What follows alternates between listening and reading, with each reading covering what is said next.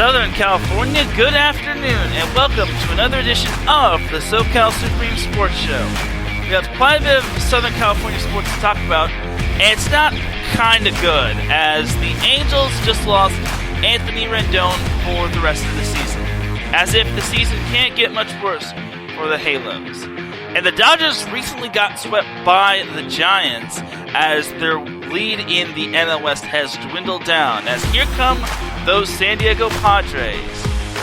Also, the Chargers finally, I repeat, finally signed all of their draft picks. They just signed JT Woods, and now they are all good when it comes to their draft picks. Signing times are ahead for the Chargers. And the MLS is back this week as the LA Galaxy and LAFC are back on the field tomorrow against their respective opponents from the Northwest. All that and more here on the SoCal Supreme Sports Show. This is Teran Rodriguez bringing you another edition of the SoCal Supreme Sports Show here on IE Sports Radio, your direct feed for all the sports.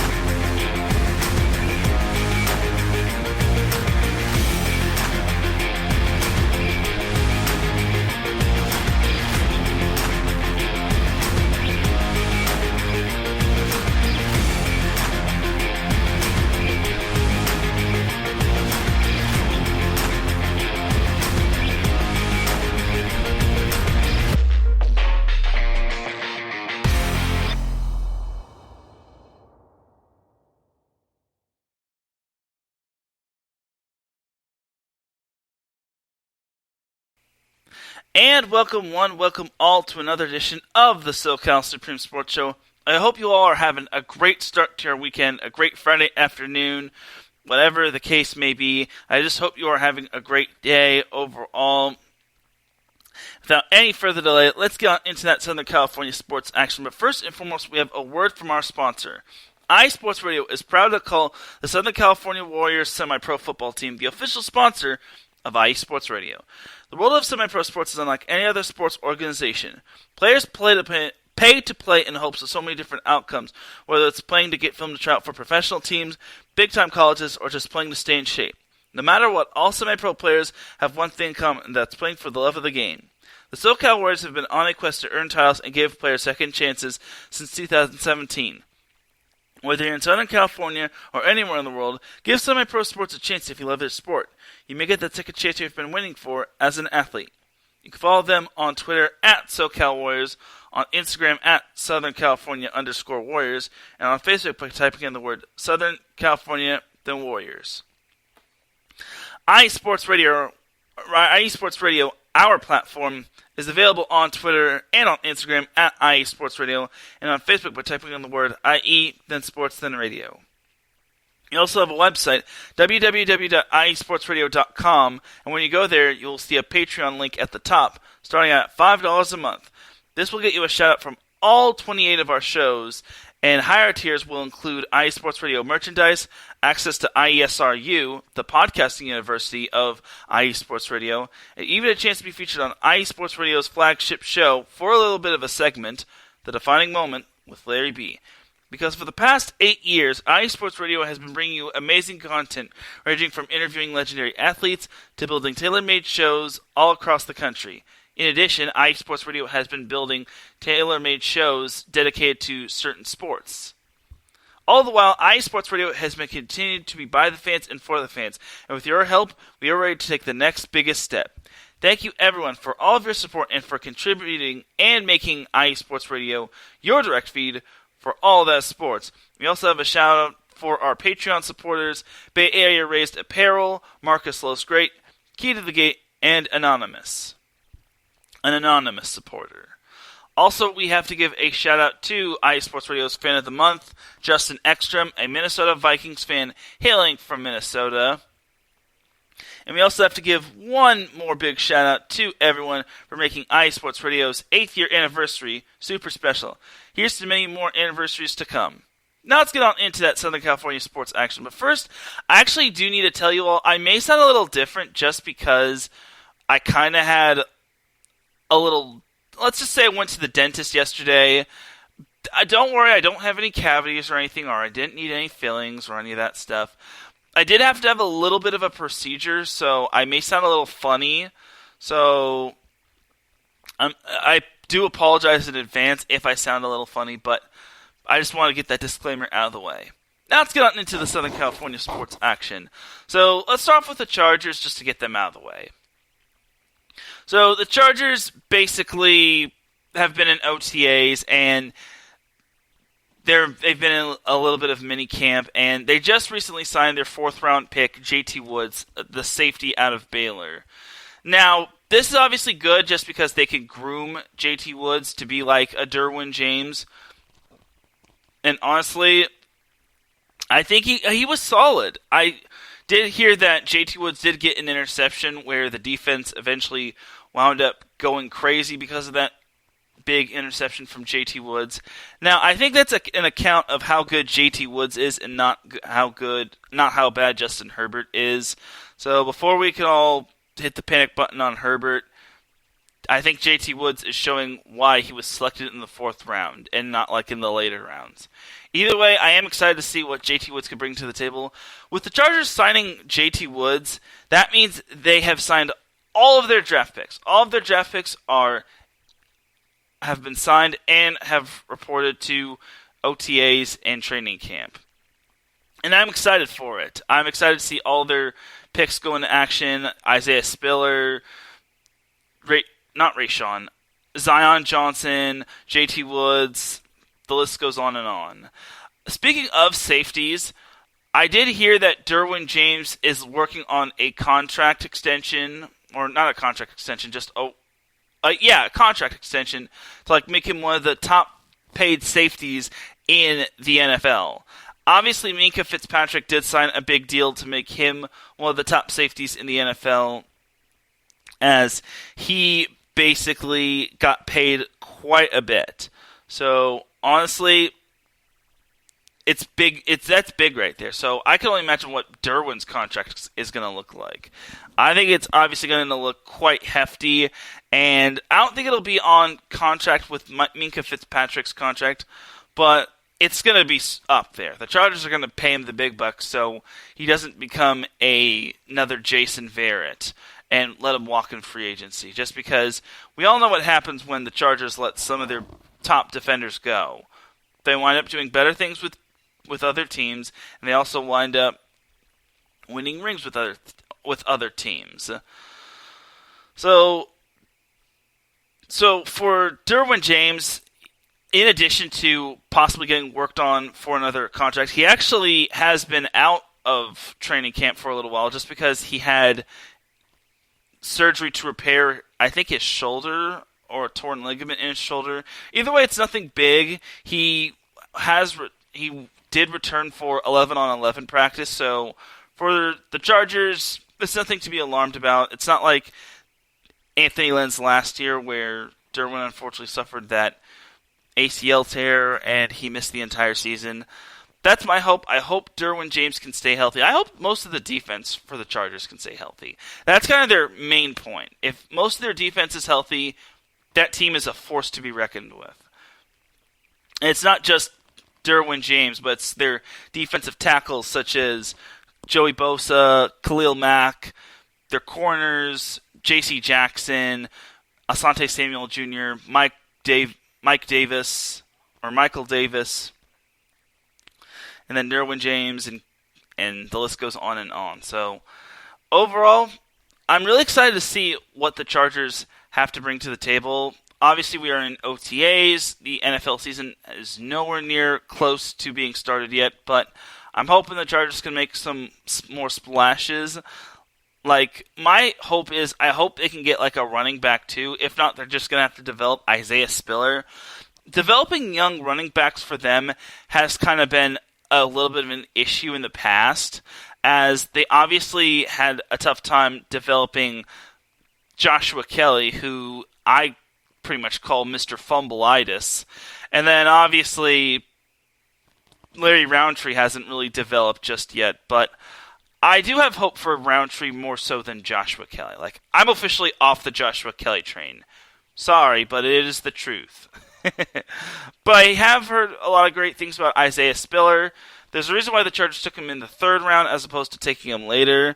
And also, he only had 3 fumbles his entire college career, which is the fewest when it comes to any running back. So I think for the Chargers, they might have found their running back too. I'm not entirely sure, but I would be interested to see what happens. Just because Austin Eckler can't really carry the team every single game. So there's that. I didn't really get any Rams news as other than just birthdays, so that's pretty much that for all the NFL news. Let's jump on into the MLB. So, oh my goodness. It seems like the Angels season just can't seem to get any better. Last week they fired Joe Madden, which was a complete disaster. Once again, I feel bad for the poor guy. But honestly, it had to be done. Now this week, and this was actually just today, the Angels just found out that Anthony Rendon is going to need season-ending wrist surgery. So Anthony Rendon is out for the remainder of the season, which really is a big blow. I said this on Twitter. It's a big blow to put it in light terms, but it really is a straight-up bummer, because it's one less bat that the Angels have in their arsenal. And they're just going to have to bank on some of the other hitters like Mike Trout, who returned back into the lineup, which makes me happy. I'm glad Mike Trout is back into the lineup, which is a relief. Like, the Angels need anyone at this point. So fortunately for them, they aren't on a super long losing streak like they were last week. But unfortunately for them, they got swept in their most recent series against the Dodgers. As it was only a 2-game series, they lost the first game on Tuesday 2-0, and then they lost the second game 4-1. The disappointing thing is that they only mustered up 5 hits throughout the entire series. 5 hits throughout the entire series. Color me disappointed and color me concerned, because honestly, their pitching wasn't necessarily bad. They held their own against the Dodgers in that first game, and then the second game, the wheels kind of just fell off. And what was more disappointing for the Angels in I want to say it was the second game or the first game. It was one of the games. They had the bases loaded with 2 outs, and unfortunately, it was the bottom of the ninth, and they just could not get the job done. So it's just disappointing for the Angels. Obviously, the Dodgers needed those wins, considering the rocky part of their season has been allotting to, but I'll get into that a little bit later. So the Angels got swept by the Dodgers in the 2-game series. They also lost 2 out of 3 against the Mets in this series last weekend, as the Angels lost 7-3 on Friday before beating the Mets 11-6. Then on Sunday, where they actually got to play on Sunday Night Baseball, and I got to see them for a little bit, they lost 4-1 on national TV. So yeah, the Angels, as of recent, have been rather off when it comes to their offense. They did rebound yesterday by beating the Seattle Mariners 4-1, as they have a 5-game series against the Seattle Mariners this weekend, as they play tonight at 7:10 in Seattle, and they have a doubleheader against the Mariners, one at 1:10 p.m. and then the other at 7:10 p.m., and then they close out the series against Seattle at 1:10 p.m. on Father's Day. The Angels are lined up to having some decent possible wins, as after that Mariners series, they are back home for a 3-game series against the Kansas City Royals, which have been atrocious this season. And then next weekend, they are back home against the Mariners, which that could be their calling to turning the tides when it comes to their season. Because obviously they've had a huge fall from grace. It's gotten to the point where they're now trailing the Texas Rangers in the AL West, which is very disappointing. But the Rangers are improved, but the Angels, to me, had themselves quite the biggest fall from grace after they lost 14 in a row, which eventually cost Joe Madden his job in those first 13 games. As we say hello to Davidson Crooks in the chat room, he says, what's good? I'm just talking some MLB, just talking some Angels. So that's pretty much that for the Angels. Again, if they can get some wins, if they can get 3, if not 4 wins, maybe 5 against the Mariners, which have been struggling as of late,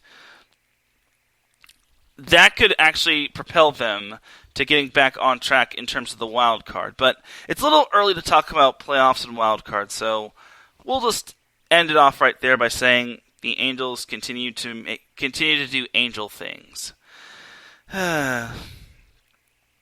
Jumping on over to the National League side of things. So the Dodgers last weekend got swept by the San Francisco Giants. As I just mentioned, they just recently swept the Angels in their 2-game series, which is no surprise. But the Giants series really shocked me for the worse. They got swept in all 3 games. This was played at it's not Candlestick Park, but it is Oracle Park. I keep forgetting that it's no longer Candlestick. It's now known as Oracle. They tore down Candlestick. Anyway, so Friday, the Dodgers lost 7-2, and then Saturday they lost 3-2, and then Sunday they lost 2-0. So that one game, the Saturday game, the Dodgers were in the thick of it. They had 13 hits, but alas, they just could not get the runs to score. Like, good Lord. And what's worse is that was actually Clayton Kershaw's first loss of the season. Quite the shame, honestly. So the Dodgers do need to have some soul-searching, as they actually are a half game behind the Padres. I made a mistake. The Dodgers are a half game behind because the Padres just played last night.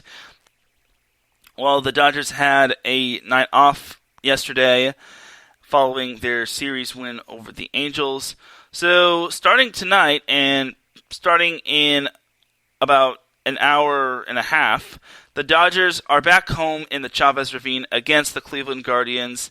Then the Dodgers continue their Ohio series as they hit the road to Cincinnati to take on the Reds. Then next weekend, the Dodgers have a big weekend as they face the Braves as they head up to the ATL to take on the Braves.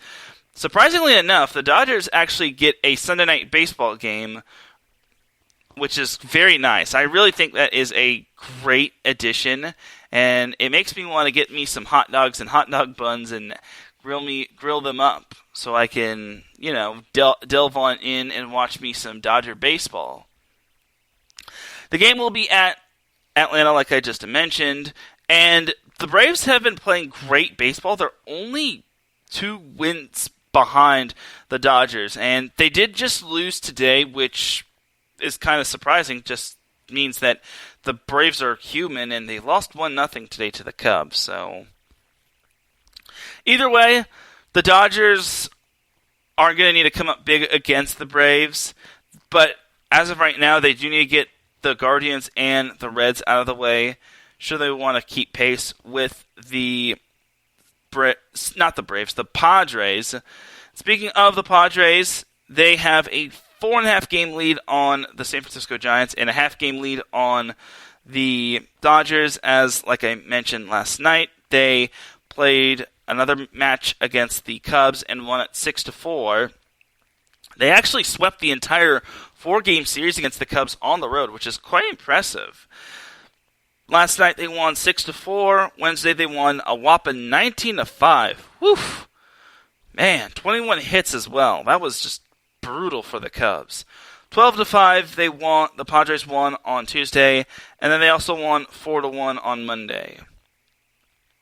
this past weekend was kind of a weekend to forget for the Padres as they split their split their 4 games against the Rockies. On Friday, they beat the Rockies 9-0, and then they beat them again in the first of a doubleheader 2-1. Then on Saturday, in the second doubleheader game, the Padres lost to the Rockies 6-2, and then on Sunday, the Rockies beat the Padres 4-2. So this weekend, the Padres and Rockies actually square off, but this time it'll be in Colorado, as the Padres will be hitting the road to the Mile High State. And then on Monday, Tuesday, and Wednesday, the Padres will return home to take on the Diamondbacks. And then on Thursday, Friday, Saturday, and Sunday, or next weekend, the Padres are back home against the Phillies. So, possible wins on the horizon for the Padres if they play their cards right. They were able to take out the Cubs with not too much of a difficulty, but we'll see what happens against the Rockies. You never know with these interdivision rivalries, as they've got 2 series following. Well, they have 2 series back to back when it comes to their division. So, for me, I think the Padres they're playing really good, and I really don't think Fernando Tatis Jr. is in the lineup, as Joe Musgrove is doing great things for the Padres. He's undefeated, which I think is impressive. I really think that they're doing really good. Like, Joe Musgrove is 8-0, and yeah, they don't have Fernando Tatis Jr. in the lineup, which is quite impressive. And they're in first place in the NL West, which I think is impressive.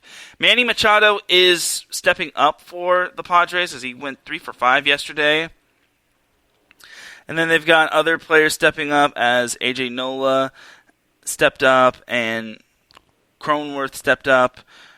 Either way, I think the Padres are, once again, they're doing great. And while they're only a half game ahead of the Dodgers, I think it's rather impressive that they're doing quite well despite them not having the run differential that the Dodgers have. But not everyone could have a run differential of plus 111.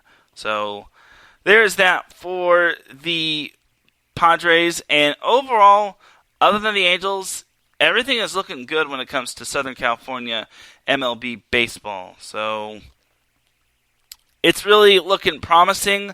There's still plenty of season to go, as we're less than 100 games away from deciding who is in the playoffs and who is not in the playoffs. And it's going to be exciting times once we get into August and September and whatnot. So I look forward to seeing what the Padres, Dodgers, and Angels, I guess, can have to offer the remainder of the season. And here's hoping 1, if not 2, if not all 3 Southern California teams make the postseason. So that is that for the MLS portion of the show. Let's jump to MLB portion of the show. Let's jump to the MLS. So the Galaxy and LAFC return to action this weekend. They had themselves a nice little breaky break, but now they are back in action, as LAFC will be taking on Seattle in Seattle at Lumen Field on Saturday.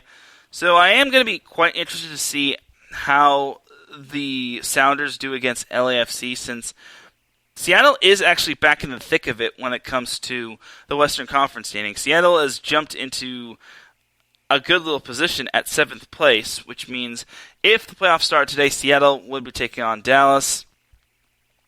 I would be quite interested to see how that would go about. But right now, we have LAFC versus Seattle. I think LAFC is going to need they're going to have to work for this win. I really think LAFC is going to get a challenge from Seattle. I think Seattle did not play its best early on. However, they're starting to improve their gameplay as of late. And honestly, I don't think LAFC should take Seattle lightly. I think Seattle is going to be quite the foe, and it's a rivalry game. You can never go wrong with rivalry games between LAFC and Seattle. So that is that for LAFC. Next week on Sunday, they will return home to Banc of California Stadium to take on the New York Red Bulls. And then they have a random Wednesday matchup smack dab in the middle of the month smack dab toward the end of the month as LAFC plays Dallas, which could have a lot of implications when it comes to the Western Conference standings. And as LAFC and Dallas are pretty much atop the Western Conference standings, LAFC is 4 points ahead of Dallas as, honestly, I still don't trust LAFC. You never know what could happen when it comes to the MLS. They could have possible lapses where one team could go on a losing streak and then eventually fall out of its respectful seed and eventually just not be where they want to be. So that's pretty much that for LAFC's matches in June. They only have 3, which you also have to blame the break that they had, the international break that the MLS had. So I guess that's how LAFC's schedule is put together. They just had a longer break than everyone else. The Galaxy, on the other hand, they have themselves quite a busy schedule in June.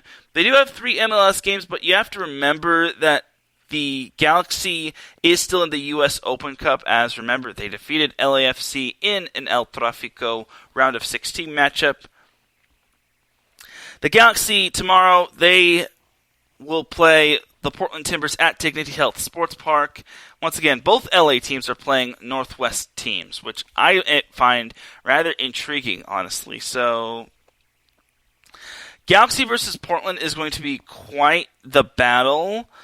Now, Portland is 12th in the Western Conference, but Portland always gives every MLS team a run for their money. And it doesn't matter if Portland's good or bad.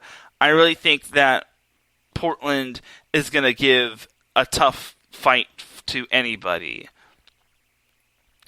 And then the Galaxy, to their surprise, they play Sacramento at Dignity Health Sports Park on Tuesday in the U.S. Open Cup quarterfinals. Now, obviously, they've only played one other time, which was a 2-0 win in the U.S. Open Cup back in 2017. But the LA Galaxy, as my man Andrew Hagenbaugh said on the Soccer Scoreboard Show, can't underestimate Sacramento. It's obviously a SoCal versus NorCal matchup, but the Galaxy can't really take anyone lightly, just because the Galaxy and LAFC are kind of those teams that just take opponents too much for granted, and honestly, they sometimes end up losing, which is it's no bueno if you ask me. So, but I am excited to see the Galaxy in the U.S. Open Cup quarterfinals. I really was impressed by the Galaxy and how they were able to win that El Tráfico game against LAFC. So, overall, for the Galaxy, it is going to be fun times. The other quarterfinals in the U.S. Open Cup consist of the New York Red Bulls versus New York City FC. Whew! That's going to be a fun one. The Battle of New York. And then you also have Sporting KC against Union Omaha. And then lastly, we have Orlando City FC taking on Nashville. So the Galaxy get the honor of being the first quarterfinal to go on, while the other quarterfinals will be following them on Wednesday. So, good luck, Galaxy. You're going to need it, as we all want to see you win the U.S. Open Cup. Anyway, following that matchup from Sacramento, next Saturday they are on the road against the San Jose Quakes, another SoCal versus NorCal matchup. That's going to be quite fun if you ask me. Now, San Jose obviously can give... Now, I will say this about San Jose. They don't have the best record, as they are currently second to the bottom of the Western Conference standings. But when it comes to San Jose versus the Galaxy, it's never an easy game for the Galaxy. So all I could do is hope that the Galaxy don't underestimate San Jose, because the San Jose versus Galaxy/LAFC rivalry does kind of bring out the best in either team. It also can bring out the ugly in both teams, but overall, I am very excited to see what San Jose and the Galaxy have to offer. I want to say this is the first meeting between these two teams. I really do think that these two teams are meeting for the first time, and it's going to be a fight to the finish.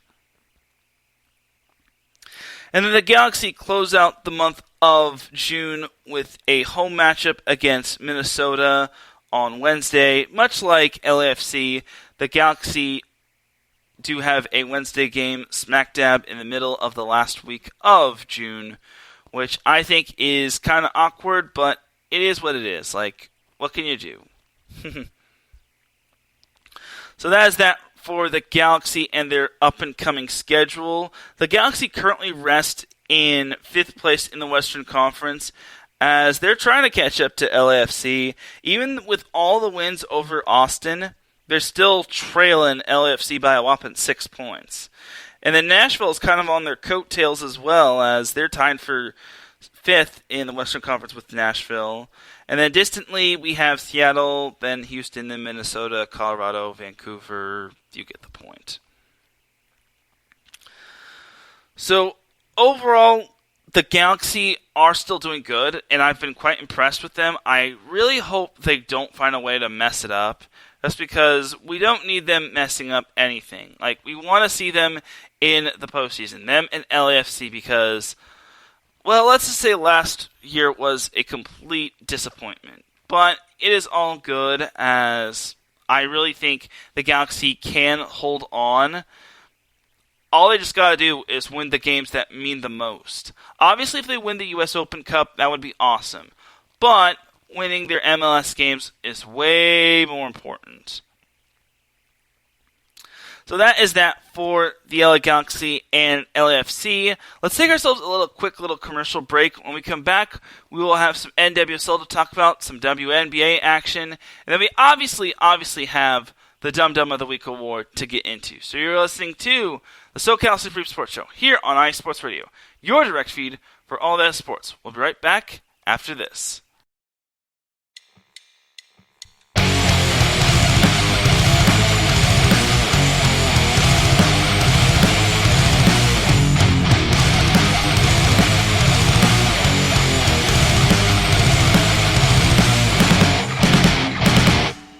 Do you love college football?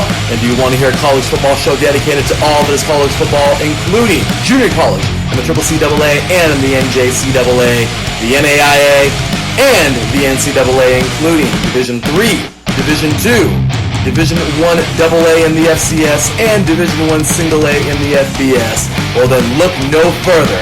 Join myself, Larry B., and my colleagues, Mr. H-Town Blake Henley, and Mr. Christian Espinoza, each week during the college football season for the latest in college football on 3 and Out College Edition, right here on iSports Radio, your direct feed for all that is sports.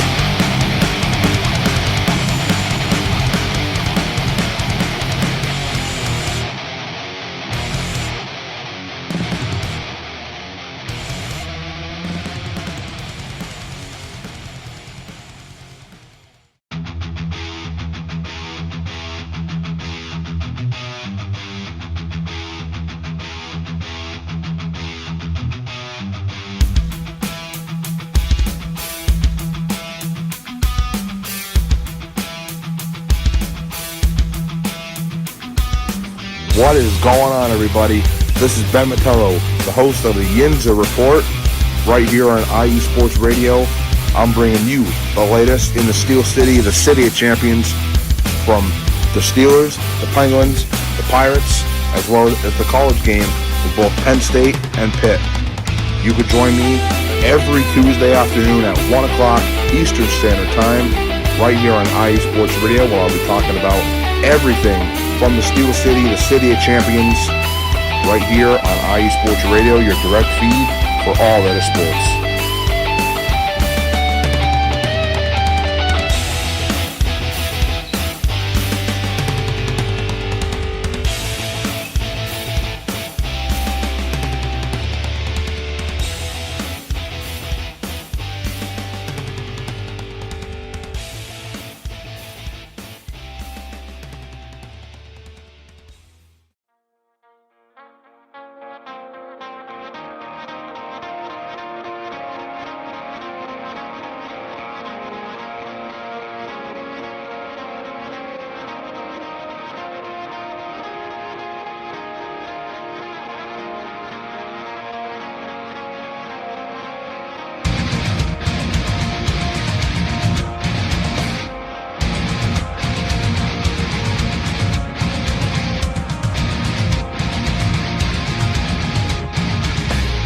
Hey sports fans, do you like wine? Well, we've got the show for you. This is Let's Wine About Sports, a show where we talk about wine and sports simultaneously. From the classic Cabernet Sauvignon all the way down to the grapes that you've never even heard of before. Oh yeah, we cover it all. And we'll talk about a little bit of sports as well. Football, hockey, collegiate, women's sports, it doesn't matter. We're going to talk about it all, and we're going to whine about it all. So join me Monday at 8 p.m. on IU Sports Radio, your direct feed for all that is sports.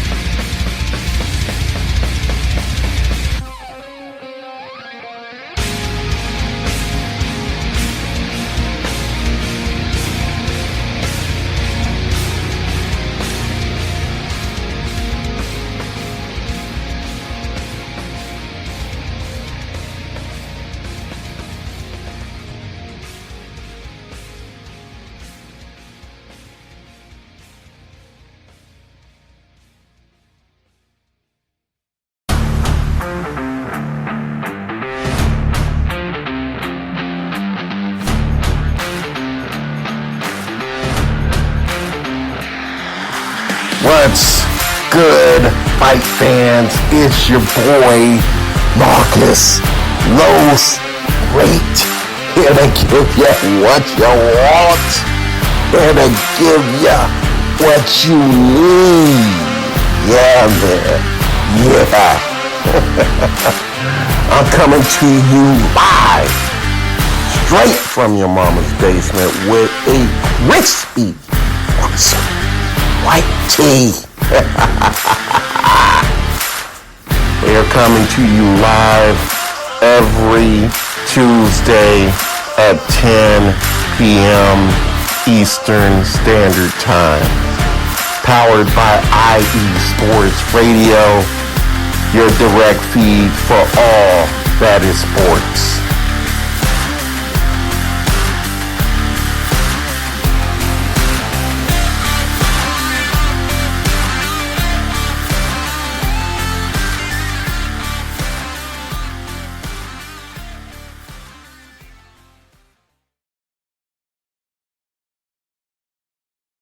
Back with segment number 2 of SoCal Supreme Sports Show here on IE Sports Radio, your direct feed for all that is sports. My apologies for getting my shows mixed up.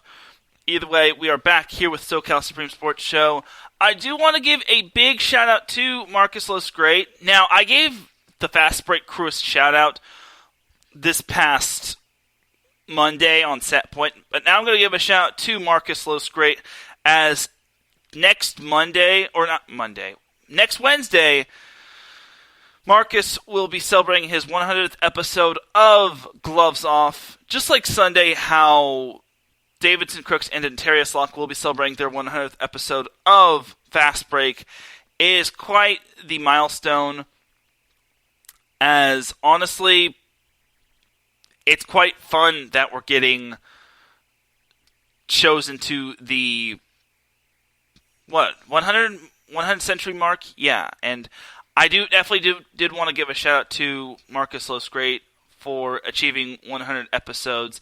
Obviously, I'm going to give him another shout out on Monday, but the SoCal Supreme Sports Show would like to congratulate Marcus Los Great and Davidson Crooks / Darius Locke on achieving 100 episodes in advance, and by the time I do another episode of SoCal Supreme Sports Show, both Gloves Off and Fast Break will be at 100 episodes.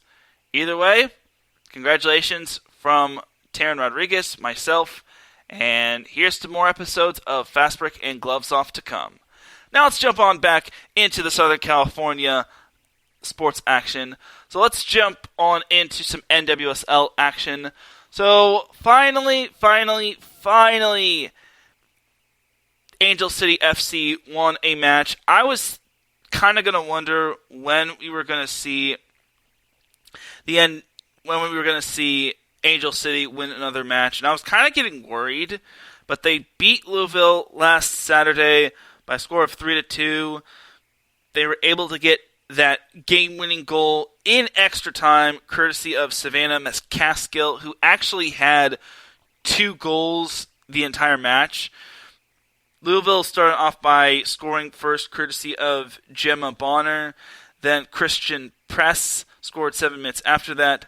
Then Savannah McCaskill scored 2 minutes into the second half, followed by Nadia Nadim scoring a penalty shot for Louisville. And then McCaskill scored the game-winning penalty shot in the 90th plus minute as Angel City FC won 3-2 last Saturday, which is very fun. Finally, we got to see those two. We finally got to see Angel City win. Angel City will remain on the road against OL Reign on Saturday. So OL Reign has kind of been under the radar. They've kind of been up and down. 1 week they have themselves a standout win as they defeated San Diego Wave FC. The other week they're kind of going the other direction, which is the direction they don't want to go in. For Angel City FC, they're in the middle of the pack when it comes to the NWSL, as they are tied for 4th in the standings, but like I said, they just recently won their first match in 5 tries? I want to say, was it 5 tries? Yeah, their first match in five tries. So overall, I hope Angel City can continue to do great things for themselves, just because it would be great to see them follow in the footsteps of the Galaxy. Notice how I said the word follow in the footsteps of the Galaxy and not LAFC. The Galaxy have won MLS Cups, not LAFC. I digress. But Angel City FC returns to action tomorrow against OL Reign. The match will be played at Lumen Field, so that's probably the reason why. Well, actually, no. I was going to say that's probably the reason why the Sounders are on the road, but they're not on the road. They are playing at Lumen Field, just like OL Reign is. So basically, both LA teams, LAFC and LAFC for the men, and then Angel City FC are both heading down to Lumen Field to take on the Northwest. It's basically a Northwest weekend for all of the soccer clubs, except for San Diego Wave FC, which I'll be getting into in a little bit. But this has been some busy times for Angel City FC, as this is the last match of June. And then they start off the month of July at home against Portland, and then they have San Diego following that, then Carolina, then they have OL Reign at home again to end the month of July. So once again, good stuff for Angel City FC. Congratulations on finally snapping that losing streak. Jumping over to San Diego Wave FC. San Diego, unfortunately, had themselves a tough game as they tied with OL Reign 1-1. Alex Morgan scored in the 8th minute, but unfortunately, OL Reign got a goal from Jessica Fishlock, and neither team was able to score, which made me sad face. The good news is for the Wave is that they are still in first place when it comes to the NWSL standings. The bad news is that they kind of have some company, as they're tied with Chicago, of all teams, when it comes to that top spot. That's partially because Chicago has played one less match, but Chicago is doing rather well as of late. So San Diego is back at it this weekend on Sunday when they hit the road to take on Gotham. So, as Angel City just demonstrated a few weeks ago, they can't take Gotham lightly. Angel City did that, and it kind of did not go their way. Just because Gotham is 7th in the NWSL standings does not mean they are to be underestimated. So, for me, in order for the Wave to just continue to maintain their top spot and top status of the NWSL, they are going to need to start winning the games that they're supposed to win. Gotham is winnable, in my opinion. And then following that, they play Washington at home at Torero Stadium. Washington is right below Gotham, and then they have Angel City on the road, considering they're basically still going to be in SoCal. And then San Diego has Louisville, which is a little bit below Gotham and Washington. And then Chicago, the match on July 30th to end off the matches of July is going to be quite the match to watch for if San Diego and Chicago maintain their top 2 status in the NWSL standings. Either way, it's still exciting to see San Diego having a good team that's doing well, but there's still plenty of season left. I want to say the NWSL is over halfway through its season. Yes, it is over halfway through its season, which means that there's not going to be a whole lot of time for San Diego and Angel City to maintain their status. So there is that right there, and honestly, I hope San Diego can maintain their top seed status. Basically, the SoCal teams in the NWSL and the SoCal teams in the MLS are kind of the same. One team is leading the standings, while the other team is kind of in the middle of the pack. For the case of the NWSL, San Diego is atop of the pack in the overall standings, while Angel City is in the middle of the pack. For the MLS, LAFC is atop the pack in the Western Conference, while the Galaxy are basically in the middle of the pack. So both teams are kind of mirroring one another, which is kind of funny, but kind of weird, but it is what it is. So that's that for the NWSL. Once again, I'm still trying to get used to it, and honestly, I'm still trying to get used to talking about the NWSL just because this is still a little new to me. It feels so good yet so weird talking about the NWSL and how we actually have teams from Southern California. I basically was one day praying for this, but we have teams in Southern California when it comes to the NWSL. As I gotta give a shout to Arthur Parsons, who is in the chat room. So thank you for joining in. I appreciate you popping in the chat room. So appreciate you. Jumping over to the WNBA, we don't have much to talk about when it comes to the WNBA as, well, the Sparks have fallen out of the top 8, which makes me sad. What was worse is that they got stomped on by the Las Vegas Aces 89-72. Now, I said on last week's show that if the Sparks lose by less than they did the previous time against the Aces, then I kind of consider that a win. I feel that's a little bit of a win, even though the Aces beat the brakes off of the Sparks at the Crip. Either way, the Sparks still have a lot of work to do. They return to action on Sunday against the Dallas Wings in Big D. And then on Tuesday, the Sparks are back home in the Crypto.com arena. I still have to get used to saying that. Against the Washington Mystics. Then on Thursday, the Sparks will host the Sky. And then next Saturday, the Sparks are on the road in Seattle to take on the Storm. So, all in all, for the Sparks, they're still trying to get used to life without Derek Fisher. Unfortunately, Derek Fisher did not have that clutch gene to save his job.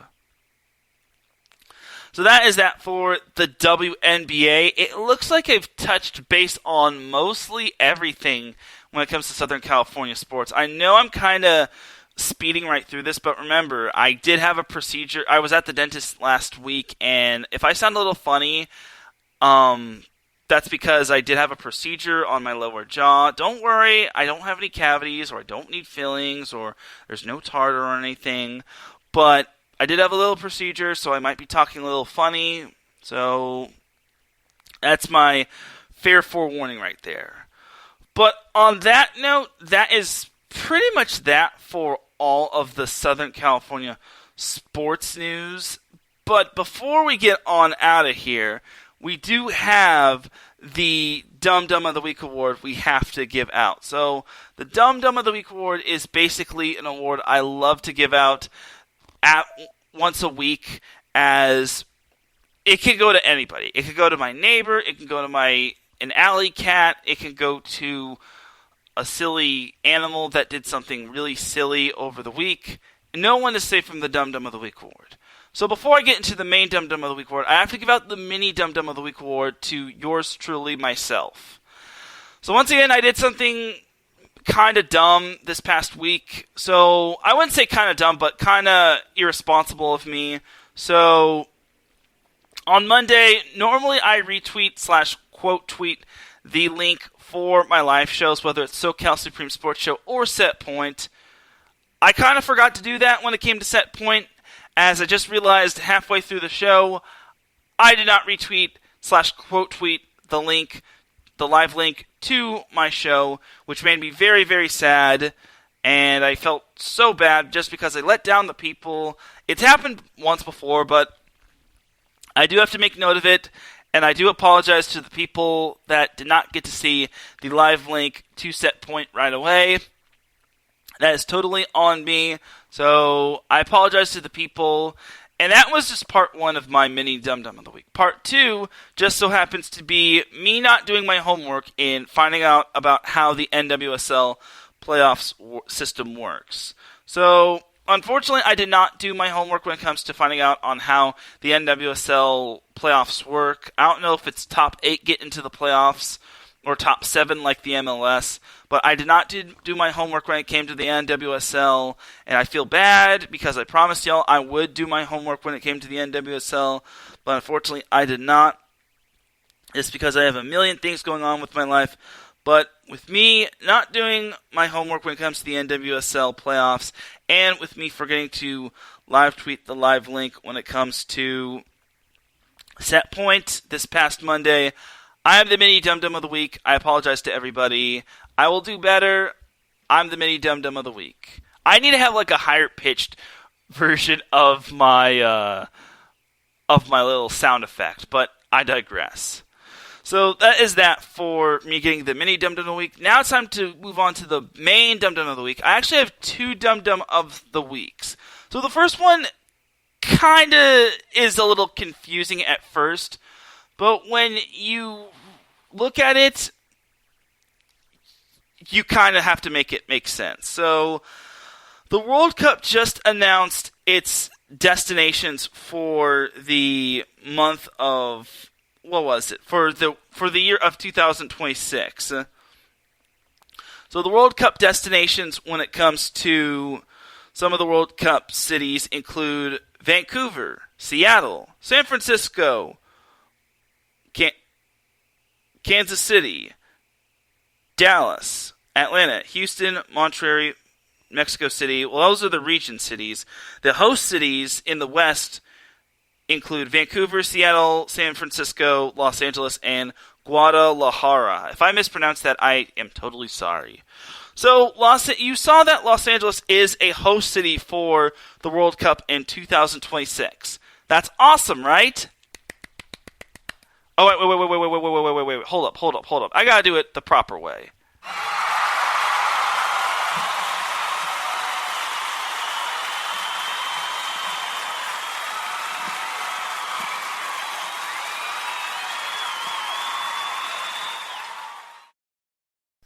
So that is the proper way. I shouldn't do a golf clap, but Los Angeles is a host city for the World Cup in 2026. And where they are having the World Cup as a possibility site is, and can we get a drum roll, please?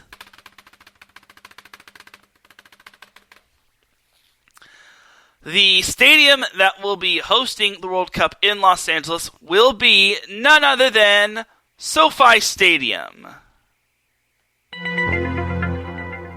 Now, you're probably wondering, well, why is that a bad thing? Why is SoFi Stadium a bad thing to host the World Cup? Well, I'm going to be honest with you. I'm surprised that the site is not going to be at the Rose Bowl. Now, I get it. I understand. SoFi Stadium is freaking amazing. I still need to go there, by the way. But why not have it at the Rose Bowl? Why not the Rose Bowl? Like, the Rose Bowl is one of the most monumental football stadiums in all of Southern California, if not all of California in general. And you choose to have it at SoFi, you're not even having it at one of the sites. It really just is frustrating, if you ask me, just because the Rose Bowl is so monumental and historic that I hate that the World Cup isn't using that as a site. But you want to know what is using the Rose Bowl as a site? Let me tell you all. The one event that is going to be a host site for the Rose Bowl happens to be the CIF Southern Section Division I football finals. And this is high school sports, what I'm talking about. So, in case you're wondering, the CIF Southern Section Division I football finals will be at the Rose Bowl. It won't be at like a home site. It's going to be at the Rose Bowl. So, my thing is this. Why is high school sports prioritizing using the Rose Bowl, but not the World Cup? I'm pretty sure, I'm no soccer expert, but I'm pretty certain that this all falls in the summer. You can't expect me to believe that UCLA is going to use the Rose Bowl to practice all off-season long. You can't expect me to believe that. So I'm disappointed in the fact that the World Cup committee did not have the Rose Bowl as a site for the World Cup in 2026. Arthur actually says NASCAR is going back to the Rose Bowl next year. Exactly! NASCAR is using the Rose Bowl for a site for next season, for an event. High school football in California is using the Rose Bowl. But you mean to tell me that the World Cup is not using the Rose Bowl? It makes no sense. I just can't believe it. At first I was a little... it was understandable. It's like, well, obviously SoFi. But again, the Rose Bowl, it's so historic. High school football is using the Rose Bowl as a site. And then NASCAR, as Arthur Parsons just pointed out in the chat room, is using the Rose Bowl as a site, which makes me wonder, why is the World Cup not going to the Rose Bowl? The Rose Bowl should have plenty of seating. Plenty of it. I don't care if SoFi is new school and it's big and fancy and all that. Put it at the freaking Rose Bowl. Like, make us have the Rose Bowl host another historic moment in sports. But for the World Cup committee, I won't give them too big of a Dum Dum of the Week award, but I have to kind of give it to them. I have to give the World Cup committee the Dum Dum of the Week award just because they left out the Rose Bowl, which is one of the most monumental football stadiums out there, as a non-site for the World Cup. So, for the World Cup committee, you are this week's Dum Dum of the Week award recipient numero uno. So dumb. You are really dumb. For real.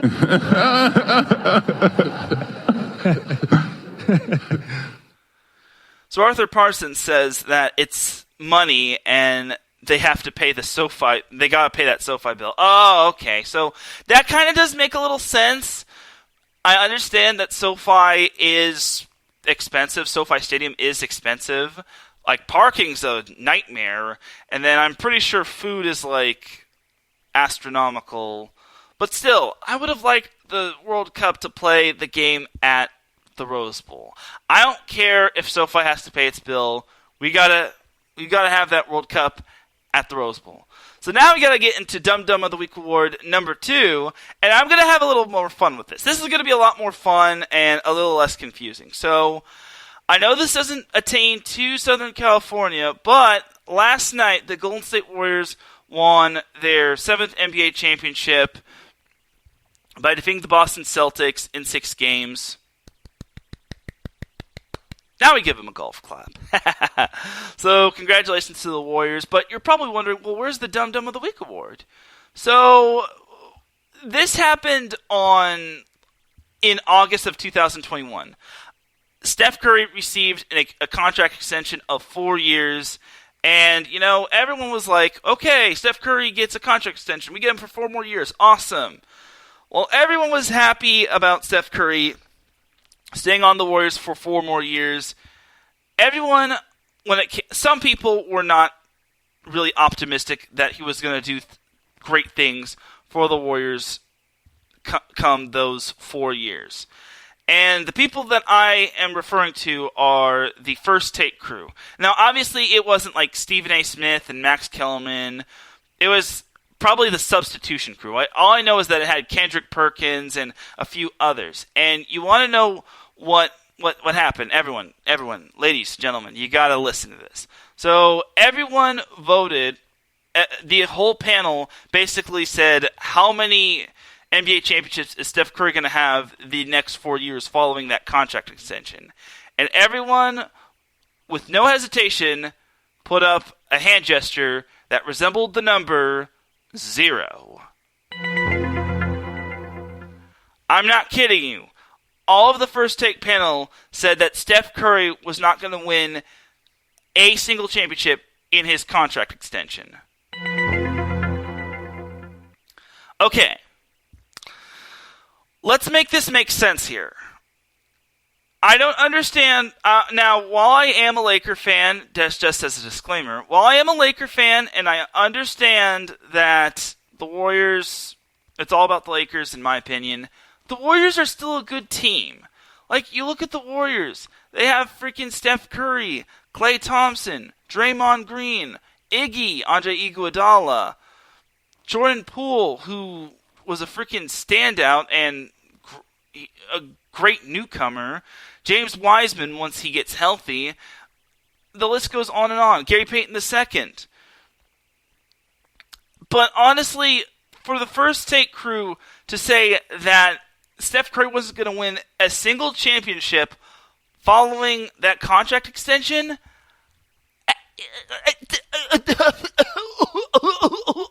I don't understand.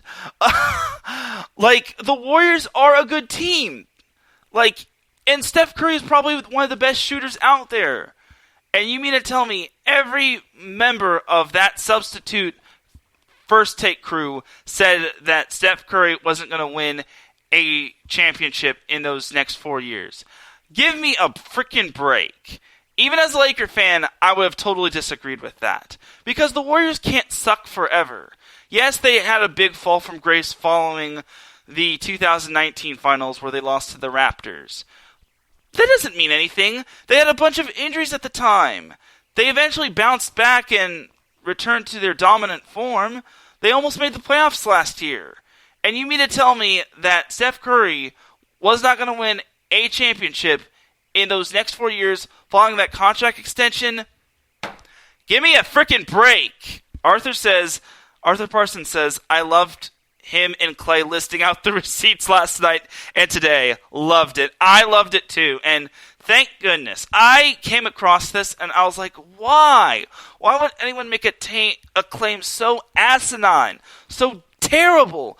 It's like, I just want to gag. It's like, imagine being paid millions to make a horrible take like that. It couldn't be me. I've made bad takes as well, but none as bad as that. So, to the First Take crew who said that Steph Curry was not going to get one championship following his contract extension in August of 2021, you are this week's Dum Dum of the Week award recipient number 2. You're so dumb. You are really dumb. For real.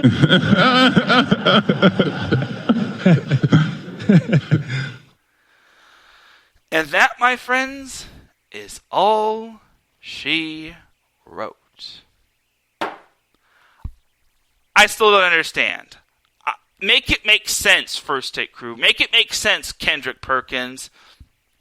I should also make note that the Warriors also had Andrew Wiggins as a part of that championship team as well. But I digress.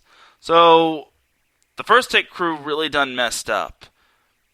But, again, that's the substitute crew. It wasn't Stephen A. Smith. Like, if Stephen A. was on First Take and he found out that those people said that Steph Curry wasn't going to win a championship in those next 4 years, he would have probably exploded. Like, he probably would have gotten suspended, but I digress. So that is that for Dum Dum of the Week award. And ladies and gentlemen, that is going to do it for this week's episode of the SoCal Supreme Sports Show. Without any further delay, let's get on out of here, because my voice is starting to give out, and I got to get me some dinner. You dig? Thank you, everyone, for tuning in to the SoCal Supreme Sports Show. I really do appreciate you all tuning in. If you listen live, I appreciate you. If you listen on the playback, I appreciate you. If you listen at work, I appreciate you. If you listen to the wee hours of the morning, I appreciate you. Shout out to the live chat room, to Davidson Crooks and Arthur Parsons, who was in the chat room. I really do appreciate you. Definitely do check out Fast Break this Sunday for episode 100, and check out Arthur Parsons' show, The Bayou Bulletin. He does a great job talking all things Louisiana and New Orleans sports. I appreciate you both tuning in to the chat room. For everyone here at IE Sports Radio, this is Teran Rodriguez signing off. You all have yourselves a great weekend. Remember, apply lots of sunscreen because it is sunburn season. You don't want to have that sunburn. You've got to be protected when it comes to that sun. For the SoCal Supreme Sports Show, we will not be live on Friday next week. We'll probably be live on Saturday, just because next Friday I have a summer football passing league I have to cover. So be on the lookout for the next episode of the SoCal Supreme Sports Show next week on another time. I will see you all Monday for Set Point, recapping the NBA. Go Stunners, go Matadors, and go Plays. You'll have yourselves a great weekend, and remember, SoCal is for SoCal. Peace! Also, thank you to John Felipe for popping in the chat.